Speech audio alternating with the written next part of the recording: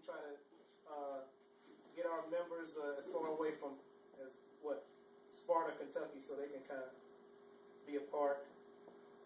And we try to record for them, and it'll probably be posted on YouTube later.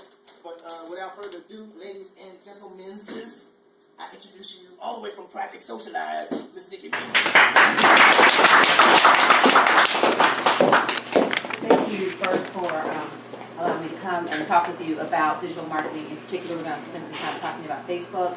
It is my understanding from Butch, thank you again for the invitation to come and speak, that you have a Facebook page, but there are some other things that you're interested in knowing about how to really actually use the Facebook page to market the Midwest DJ Coalition, as well as maybe some of your own individual endeavors.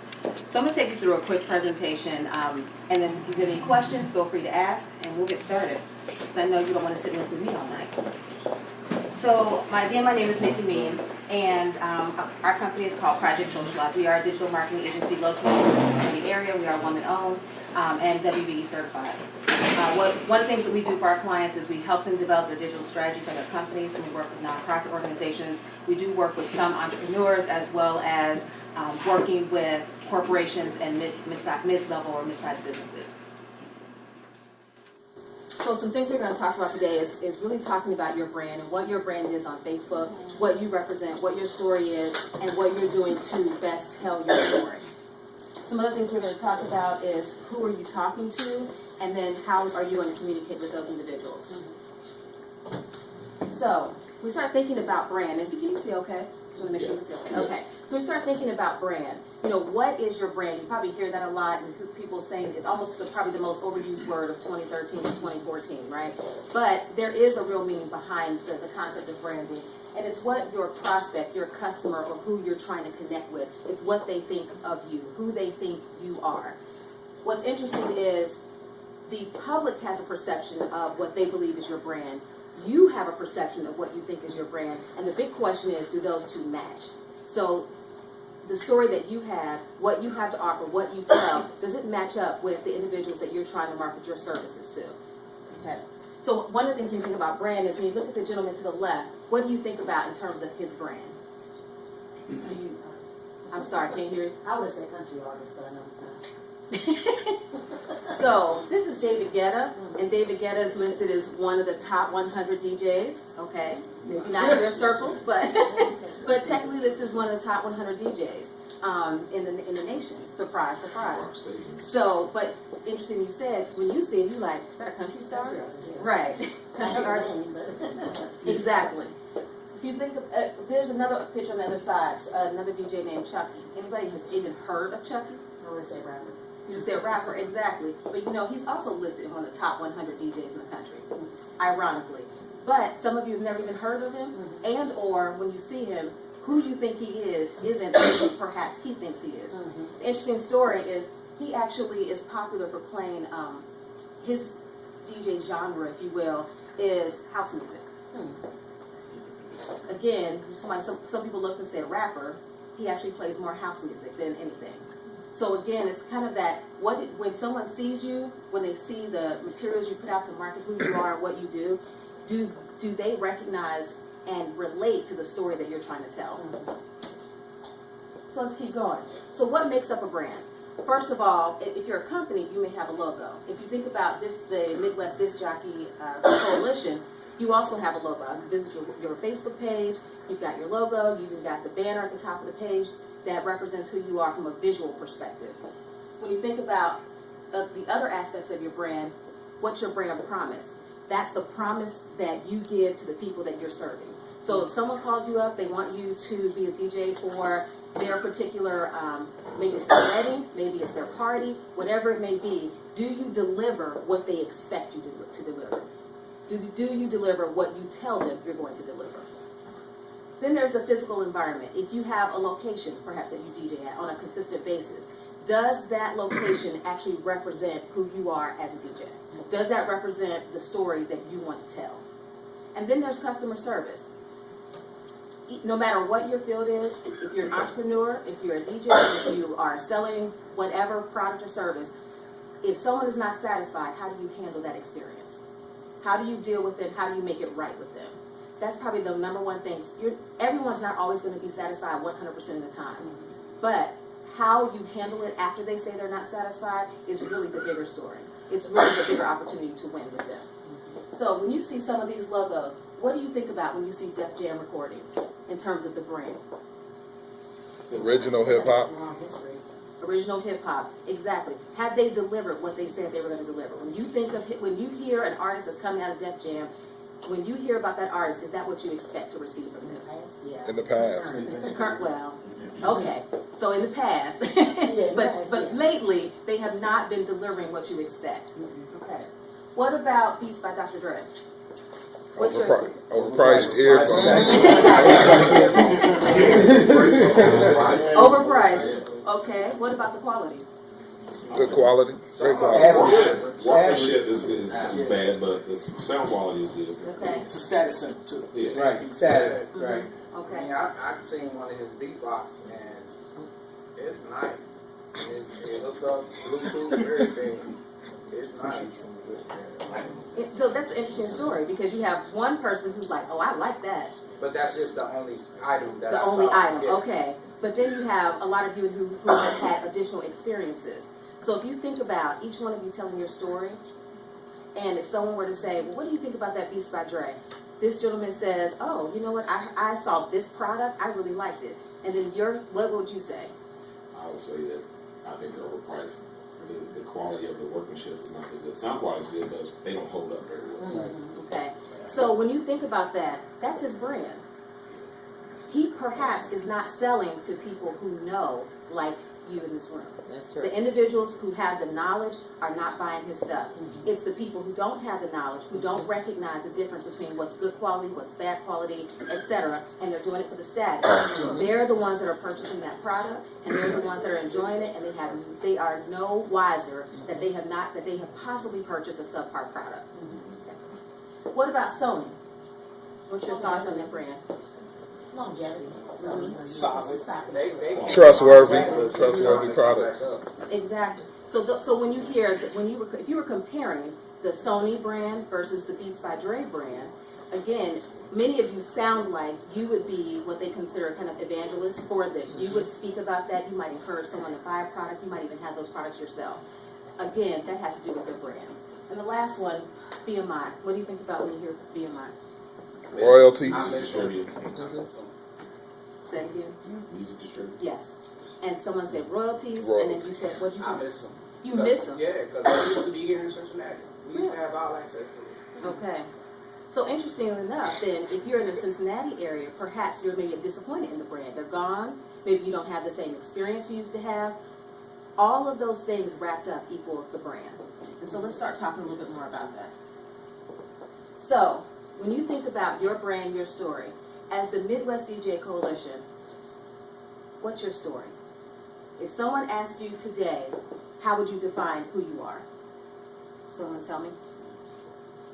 Coming together of a group of DJs locally in the tri-state area, dedicated to providing top-notch DJ service, whether it be in the club, whether it be private event, whether it be community service. Okay. Did you say what it is or what are we trying to be? Okay, so I thought based on what he said, that's who you are. Well, I think that's the direction. I don't think we're all the way there yet. But that's just my opinion. There you go. But no, I think but this is a great dialogue. This is a great fair discussion to dialogue. Very much have so. because based on what you experience, based upon someone who's at one of the parties, or that one of you come and DJ, each one of you may in fact have a different experience. And so the question becomes, how solid is your brand? How strong is your story? And is the story that you want to tell the story that's being repeated from one person to another person to another person? Because I.e. the problems we're having with our Fanpage. Great, that's actually great. I mean, a great opportunity to talk about that because we are going to dig a little bit more into that. So in all honesty, as an organization, as a group, it's time for you to start telling your story. Determining what your story is, telling your story, and living up to your story. So, the interesting thing that also is what makes you unique. Those are some questions you need to start asking yourself. What makes this organization unique? Are there others in this area that are similar to you all? No? There are other groups of DJs, but I don't think they operate under the same premises that we are at least laying out as our foundations for how we operate. Okay. So what makes you different? Is it your foundation? Tell me what makes you different. Foundationally, we are in support of each other, both collectively and individually, as opposed to potentially, even though we may be competitors in some way, our focus is not the fact that we're competitors. How do we elevate each one individually and ourselves collectively? So let me ask you a hard question. Mm-hmm. Say I want you to come to my party and do it and DJ at my party. What does that mean to me? I'm not being difficult, but No. just think that through. What does that mean to me? As a group, it means you probably have one of the most diverse and talented group of DJs and MCs and personalities in the tri-state area, bringing a wealth of years of experience in all genres of music. Okay. I can relate to that. As a customer, I can't relate to your foundation. It's a selling point, but what I can relate to is how that benefits the service that you're going to offer me. If I have a company and I want to have a DJ come to my corporate event, what can your organization do for my event that, say, DJ whoever, Smoke, I'm just making up a name, DJ Smoke down the street could do for me? So being able to not only establish your uniqueness as an organization, as well as having a story that supports that uniqueness, as well as having a service that defines you as being different, as well as providing me with customer service as a customer. I think us being a group that's a lot of, a group of well-rounded DJs. Majority of, I say everyone here is a student of music.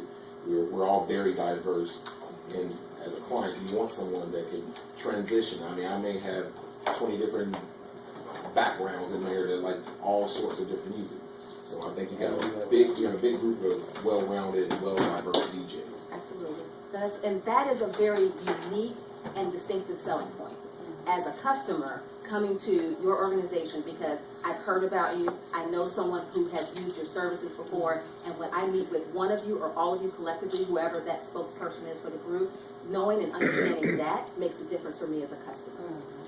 I think something else that we don't necessarily promote or publicize is that a lot of us are each other's backups. A lot of times we're at an event or something like that, post on Facebook like, hey, you know, my sub went out. Anybody in the area? I got you. And then somebody's on the way to put a sub in or replace that part. And that, I don't think we necessarily promote that, but that, in my opinion, is value. It is value. I remember it wasn't a piece of equipment, but when my husband and I were getting married and we had booked a DJ to come, I won't name names, about a week, maybe 2 weeks before our wedding, we were told that they could not do it. We were completely panicked. Completely panicked. Now, they did refer someone to us. Unfortunately, that someone that was referred was not at the same level or caliber as they were. So it wasn't a horrible experience, but it wasn't the best experience. So telling that story is another part of your brand, another part of your brand promise, and another benefit to the customer who you want to serve. So, let's talk about your brand story and where you're going to tell it. I know you're telling it on Facebook. Where else are you telling your story? Pinterest, Ustream? I would like to see telling it on Ustream. Okay. So is that your Pinterest? Okay. Where else are you telling your story? Every time you wear that T-shirt with the name on it. Okay. Do you wear T-shirts every time you go to an event that has your name on it? No, I do. Most of the time. Most of the time. The vast Wherever I majority of the group will wear their shirts Okay. when we're doing something as a group. Okay. Okay. YouTube. All those places are great places to tell your story, but the one thing I want you to start thinking about, because since we're focusing on Facebook today, is each of those places have a different audience, have a different demographic. So your story may actually need to be somewhat different based on each place where you're telling your story. So let's talk a little more about that. So, who are you going to tell? Good point. But based on your genre of music, you're going to be talking to a different audience. Based on your years of experience, you may be talking to a different audience. based upon your expertise, you may be talking to a different audience. So each time you think about how you're going to market to a different customer, each time you think about how you're going to best expand your business and grow your business in terms of bookings and contracts, etc., you need to understand exactly who you are talking to. At the top, that's a club, predominantly white club, perhaps. If any of you are DJing at a predominantly white club, your music may be different depending upon the nature and the type of club. Even how you talk to that audience may be very different in terms of hyping up the atmosphere, or hyping up the party, the club experience. Now, I use this one just because I thought it was a great photo, but when you think about President Obama and his wife, she recently had a birthday party, a really large birthday party. And with that, there were DJs there. So your experience, as you already know, is not going to necessarily be limited to a club. It may even be a wedding. It might be a major corporate or political event. It could be a Sweet 16 birthday party. Because if they're going to write the check, I'm sure you're going to go. If they're going to pay your fees. So with that in mind, your audience could be so diverse. Here's the next question. You have a brand that you're promoting as the Midwest DJ Coalition. What does your individual brand say? When you arrive at an event, how do you arrive at that event? Your demeanor, your conversation, even how you interact with the individuals there, all go back to your brand. Now, for some companies, if you're thinking about a P&G or if you're thinking about a Sunoco, the individuals who run those businesses are so far in different places that all you see is that you see that location or you see their logo. But as more of an entrepreneur, your personality and how you carry yourself and all those things also reflect on your brand as well. Okay? So just thinking about who you are going to tell and how you're going to tell them. So when you think about your customers, some of the things I want you to think about, especially as you start promoting your business, some of the things that you want to think about, if you're on Facebook, if you are on YouTube, or wherever it is that you're telling your story, who is your customer? How old are they? What's their race? Sometimes what's their socioeconomic background? What's their education level? What's their family salary or their salary? What are they saying online? What are the kind of things they're talking about? And what are they doing online? So some people, I can speak from, my husband is a YouTube junkie, loves YouTube. I can't stand to be on YouTube that much. I like YouTube, but he is always there. So when I think about that, and when you think about who you're talking to, is it the man that's the 30 to 40-year-old man, or 30 to 50-year-old man? Is it the teenager who is doing whatever? Is it the Snapchat? Because Snapchat tends to have 13-year-olds, 14-year-olds on those types of tools. So wherever you are, you have to think about who it is you're talking to and make sure that it's age appropriate, gender appropriate, etc. Oh, and then how about, is what you're saying interesting enough for them to keep coming back? That's right. Sometimes what we're interested in isn't always what our customers are interested in. Right. I saw a hand go up. Yes. I know one of the things I like to do, just to be real brief, but is I customize things. Like somebody may call me and I say, well, what type of party is it? And they say, for a 50-year-old birthday party, okay, old school, but that's real general. So I'll say, can you send me a list of just like 10 or 15 must-have songs? So that narrows down what kind of old school they like, or whatever the group is. So I do that, just thought I would share that. No, that's a great idea, and that's a great tip. Customize your event. Absolutely. No, that's actually a great tip. I mean, even as a business owner, I get asked to speak at a lot of different places. The presentation I give to you today, even if it's the same topic, I may use completely different examples. Right. I've spoken at what is it called? It's a construction organization. So if I go to a construction organization, and I remember them saying when they first invited me to come, they said, now, do you customize your presentations? Yes, I do. Can you tell me, or have you had a bad experience or something I need to know? Well, the last time we had someone came in, they were talking about fashion, they were talking about shoes, they were talking about clothes, and I have a bunch of 50-year-old men with hard hats in my meeting. Right. That was not beneficial to them. So that's a great example. So let's talk a little about Facebook. Oh, yes, your No, I'm just gonna. It's kind of on the tip of what she said. When I have my client meetings with whoever that may be, even if they haven't already booked me, number one, I never discuss price over the phone. Second thing I always like to do is, I've never had a client meeting that's less than an hour. It's usually a lot longer than that. And part of that selling point is kind of how you said, is I'm customizing what I'm going to do for them based on that conversation, when I'm getting to know them, their background, what they like, what they don't like. So I kind of, when you were saying who you're selling to, how you're going to sell it to, I kind of get all that information during that client meeting where we're discussing what you're booking. Absolutely, and it's critical. Otherwise, you could show up playing the complete, what is that, the Wiz always says, the wrong song? Yeah. Playing the wrong song all the time. Yep. And that creates a bad experience. Yep. And an experience that they won't want to call you or refer you to anyone else. And I'm sure in your business, word of mouth is very important. And that's why social media is also important, because social media is word of mouth exponential. When you think about Facebook, with its over 1 billion users, now you're not going to touch 1 billion users, but you have the potential to touch people that you don't know, you've never seen, you've never met.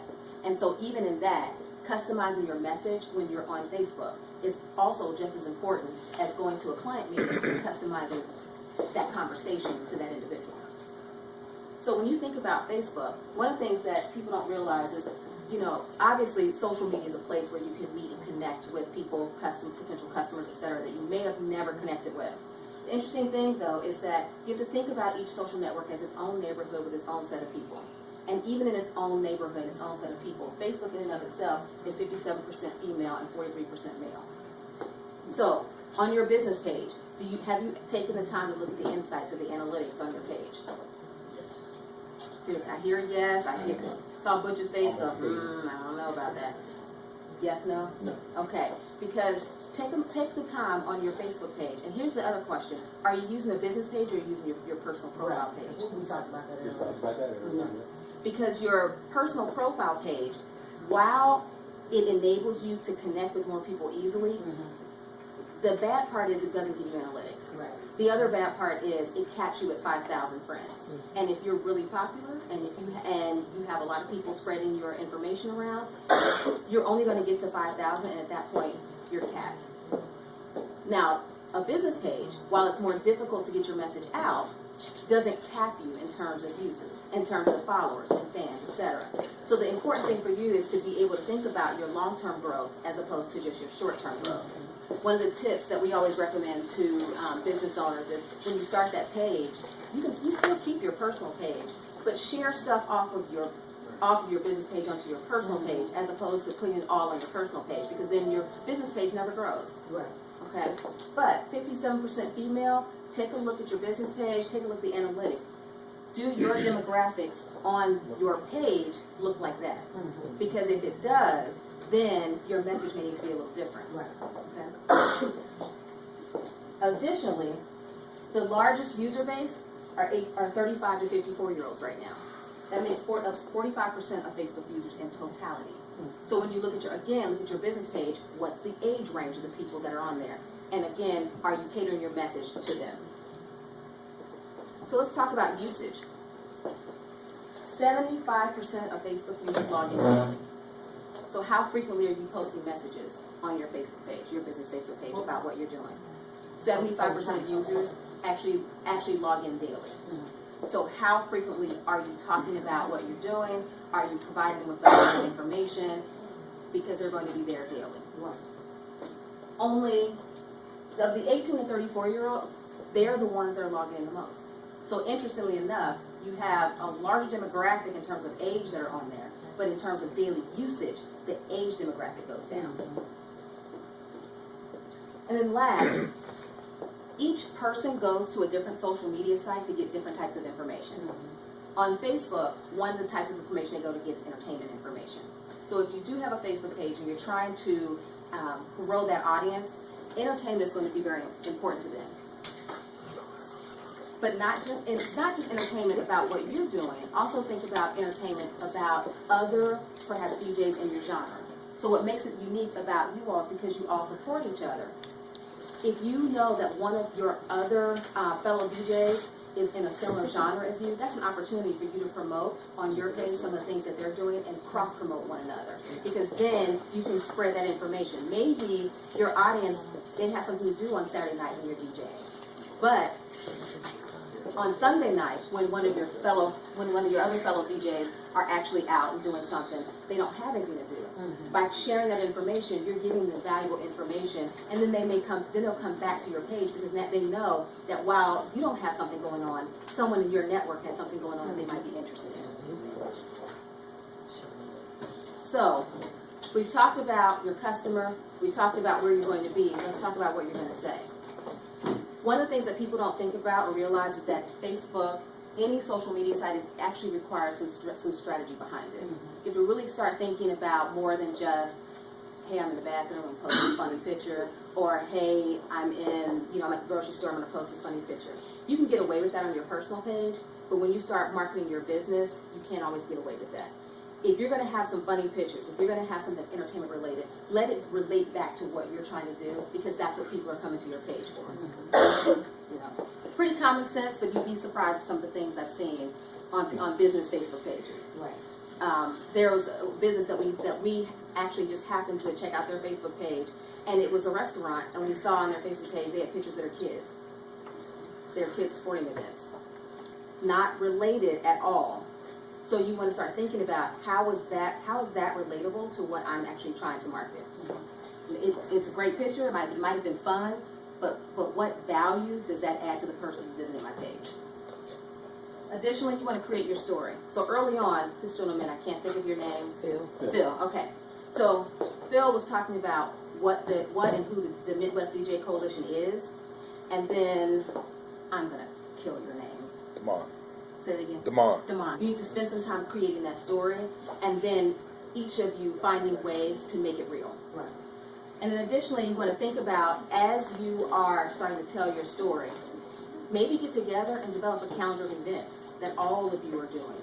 And then pull it together to see, okay, all of us are doing something at this location, or all of us are doing something that's nearby. Maybe you can have clusters of posts that you can then mark it out and say, well, you know what, if you don't have anything to do and you're on the west side of town, so-and-so, so-and-so, so-and-so, and so-and-so are all going to be there on the west side of town. You can pick which location you want to go to.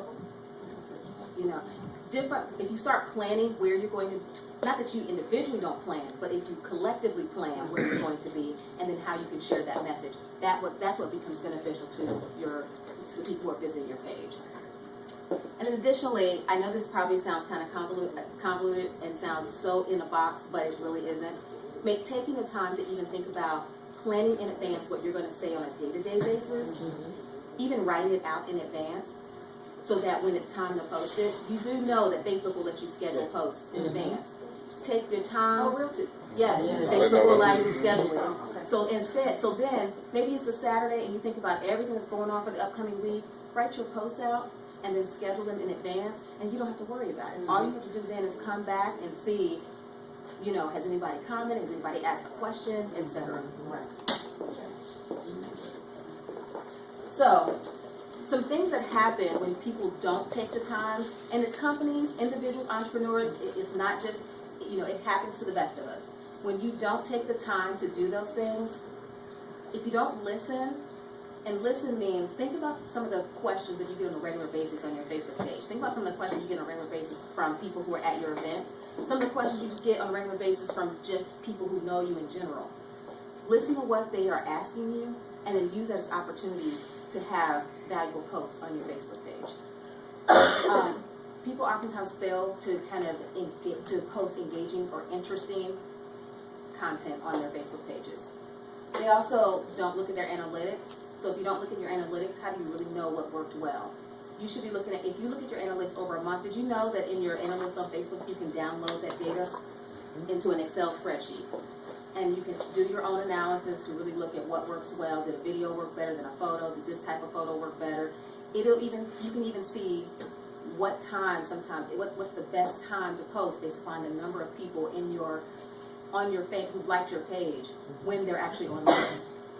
They might be online at 10 o'clock at night, and maybe that's the best time for you to post instead of 9 o'clock in the morning.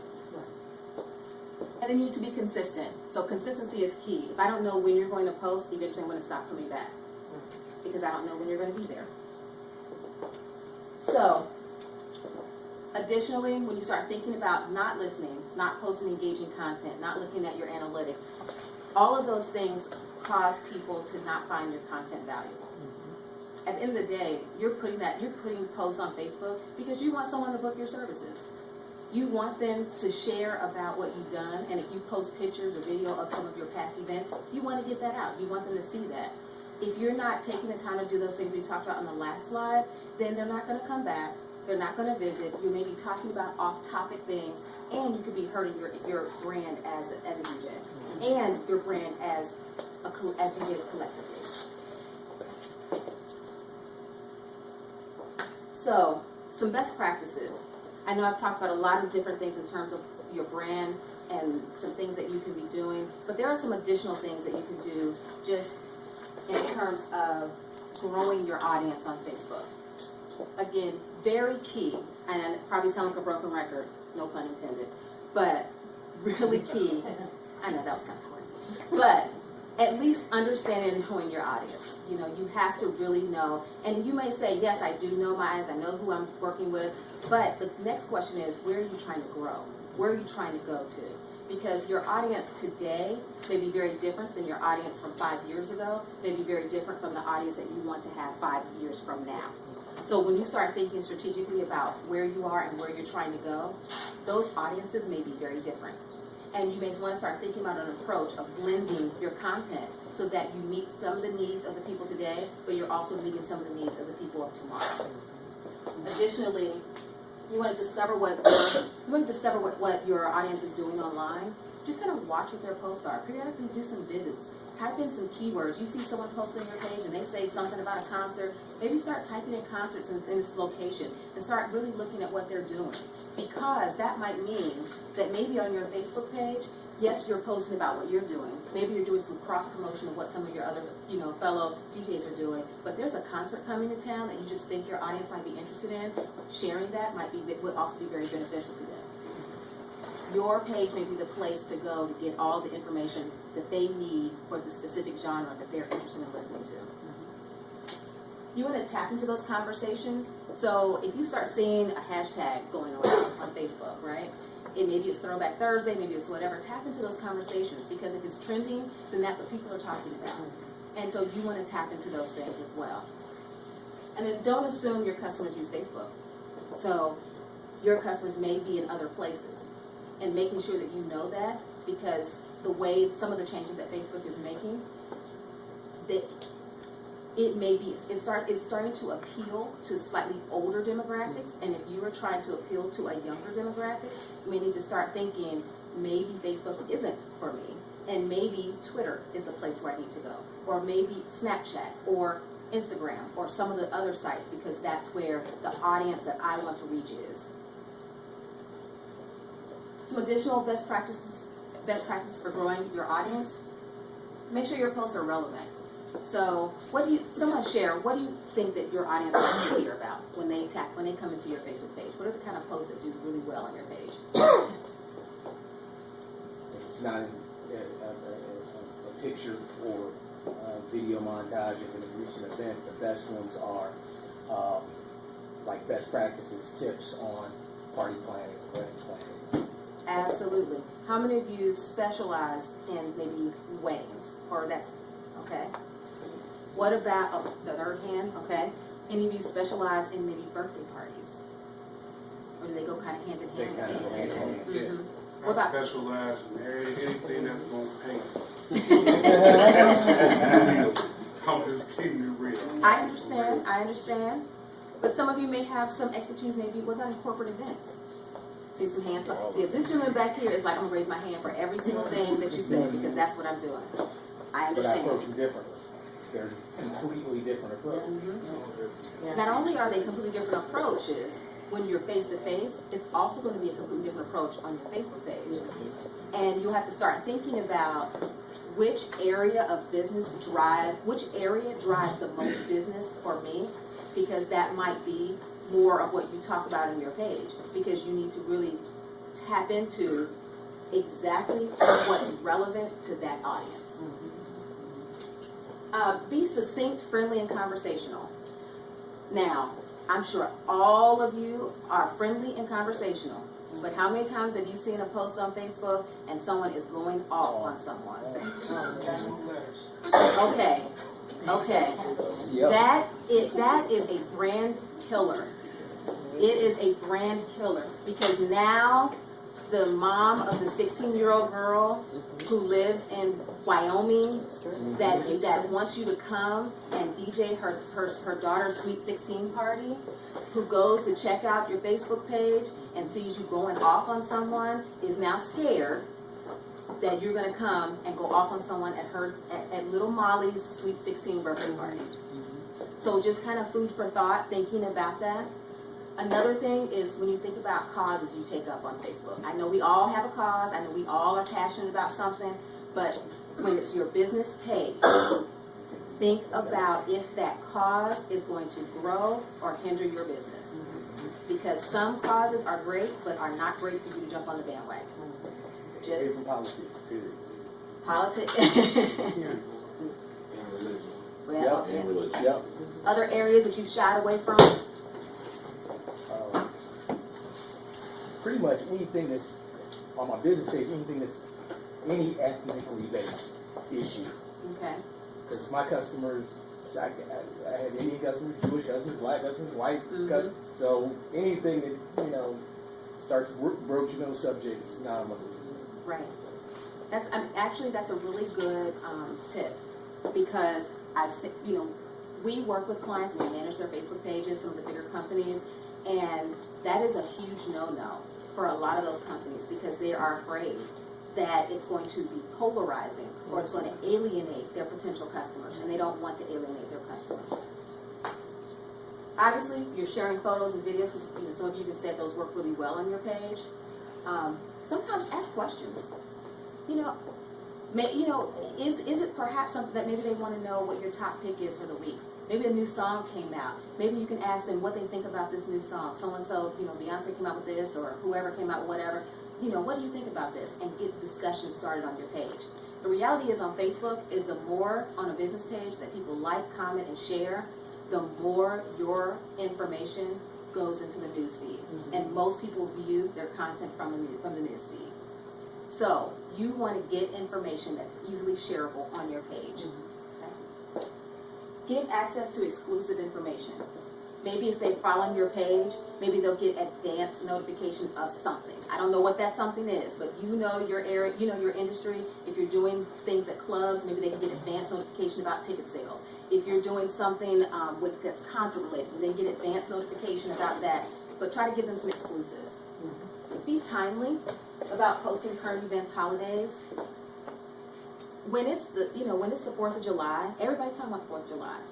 And you may say, well, what does that have to do with my business? Find something to do with your business. Because everybody's talking about it. So you want to find easy ways to jump into the conversation of the people that you're trying to tap into as a customer. Maybe you're encouraging them to have a 4th of July barbecue, and it'd be a great opportunity to have a DJ come. I don't know, but that's an opportunity. Maybe it's the holidays. Maybe you want to throw a holiday party. It's a great opportunity to have a DJ there. Any of those things where you can tap into and create an experience or create an occasion that they can use your services that they may not have thought about, great opportunity for you. Track and analyze the performance of the post. If you post something that you thought was great and was interesting and it flopped, nobody liked it, nobody did anything, maybe don't post about that again. Right. It's okay. It's okay to fail, just fail fast, learn from it, and move on. You have a question? Kind of. Just sometimes some of the things that it seems to me that we are challenged with are back to that other one where you mentioned timing, posting about current events. It seems like there's at least for me, I might have an idea of what I think is timely and current, and somebody else may have a different idea. As an example, I've seen a particular promoter that commented on Com Air when they closed down. He said, oh man, in honor of all the people at Com Air that lost your job, come on out to the club and party and such and such. And I felt like that was like, oh my, that was kind of, I felt like a little inappropriate. But I didn't say that. Just let them have anything. But is there a way that we could hash that out to determine what's appropriate and what's not? So, in terms of appropriate, well, okay, let's take a step back. In terms of timely typically is some sort of holiday, it's some sort of event like that everybody is talking about. That tends to be timely. If there's a huge event that's going on, you know, the Jazz Festival, the Oscars, whatever, if that's the Grammys, that's timely. You're posting on the day at the time. Now, what you're talking about moves into current events, more of, you know, when you start getting into current events, I think what people need to do is take a step back and think about how they would feel if they saw that. You know, that's really the filter. If I lost my job, do I want someone inviting me to a party? I hate to say it, but sometimes it's kind of almost common sense. But you have to take a step back and not think about growing your business, but think about the human side of your business. And the human side of your business says, if someone just lost their job and they've been at Comair for 30 years, or they've been at Comair for 15 years, heck, they've been at Comair for a month, whatever that might be, no one wants to lose their job. And with that in mind, if that would be kind of difficult or painful for me to read or for me to see or for me to hear as a person, then why would my audience want to hear that? You know, and I think that's really the filter. How many times, I mean, I don't know, I'm an email junkie, I'm always emailing people all the time, but you ever get that email that kind of ticks you off, and at first you start typing, and you're typing that response back, and it's that pissed off response, but then you stop, and then you start reading it. Right, and then you read it, and then you go, how would I feel if I got that email? And then you start deleting stuff, and that email that you typed in 3 seconds flat, you know, now it's taking you 10 minutes or 3 minutes to go back and filter out your own comments. You need to put on that same filter with your posts on social media. That's a great question. Now, one thing you guys could do as a group collectively is sometimes just pull some of your posts from your individual and just talk about them. You know, how did this, you know, especially if some that are successful and then some that didn't do well, and talk about maybe why it didn't do well or why it did well as a learning experience for you as a group, and then as a growth opportunity, because then you can share different types of successful posts and learn from it. You know, we do that just internally as our team when we're writing content for clients, and we take that step back, and we usually run everything through a filter. So one person writes it, another person goes back and reviews it and says, okay, now that doesn't make sense. So that's something else to think about. And then something else that you may or may not do, if you have an event that's going on that you definitely want to get eyes on that post, how many of you have ever sponsored posts on Facebook? Okay, I see a few hands going up. Sponsoring posts or paying for an ad on Facebook is going to be the surest way to get that ad in front of more eyes. The number one thing you have to remember is you have to know who your audience is, because if you just send a post out to everyone, that's going to be a waste of your money. It's going to be a total waste of your money. But if you filter down to say, well, I'm going to send this ad out to females because maybe it's I don't know, some party that's catering to women, or maybe it's a party that's catering to women get in free after a certain time, maybe send that ad out to women or that post out to women. If it's something that maybe hits a specific age demographic, then you may want to target that age demographic. If it's if there's a certain neighborhood, you can even target those posts down to zip code. So just think about, again, understanding your audience, who they are, where they are, and how you can target those posts to do them. Any questions? No questions at all? Either I have totally scared you. Yeah, that's where I was thinking. Okay. Well, we will be here. I'll be here for a few more minutes. I know your meeting is going to carry on, but if you do have any additional questions. Well, how can we, as an organization, get involved with your organization? Okay. So, our website is www.projectsocialize.com. Feel free to visit us. We are also on Facebook under Project Socialize. We're on Twitter under Project Socialize minus the E at the end. We're also on Instagram, Project Socialize minus the E. We are also on, where are we? Instagram. We're on Vine. Anywhere you can, any social media site, we are there. And predominantly because we have to be where our customers are. So if you want to connect with us, we would love to have you connect with us and dialogue with us as well. You ever do events where you need sound? You know, we don't actually. So here's the thing: we don't actually plan the events. We come in as an integration opportunity. So, meaning if a company is doing a big event and they want us to come in, we're coming in to help them learn how to integrate Twitter and Facebook into their event, as opposed to any sort of audio visual. Unfortunately, but if we do, I'll keep you in mind. I know a couple DJs. Just one or two. Well, I really appreciate your time. I'm glad that you again welcomed us into your meeting to give us opportunities to talk more about not only what we do, but some opportunities for you as entrepreneurs and as business owners. I do have one question. Sure. You mentioned that you guys manage face-to-face for larger organizations. Do you guys do anything for like small, like organizations such as ours? So it's always the budget question. Yes, we will manage a page for anyone. It's just always the budget question. So It's always something we can look into and see if it's something that's cost effective to us. I mean, absolutely, you're absolutely no right. harm in asking the question. You are right, and so a lot of times for entrepreneurs, we do website development. So if you need a website development, we do those things. We actually do classes like this. Is actually where I think one of the first times I really face to face met Butch was he attended a class I was teaching at Cincinnati State. So we offer a variety of classes. We do manage Facebook pages. We do customize. We can do graphic design to customize your Facebook pages, your Twitter pages, wherever you are. So any need that you have online, we can actually help you with that. I bring that up because we're going to be having a discussion, I guess, here soon about dues, and that's something that if we reached out to you to find out what your cost or what the cost in general will be to manage that, Yes. maybe that's something when we get the dues thing situated, that's something maybe we can attribute some of that money to, maybe using your guys' services or whatever company we may decide to do Absolutely.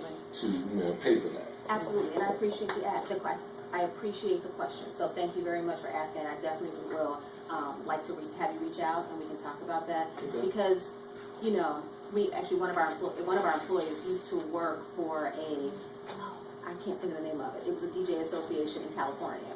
So really loves this kind of work and would jump at the opportunity to do more of it.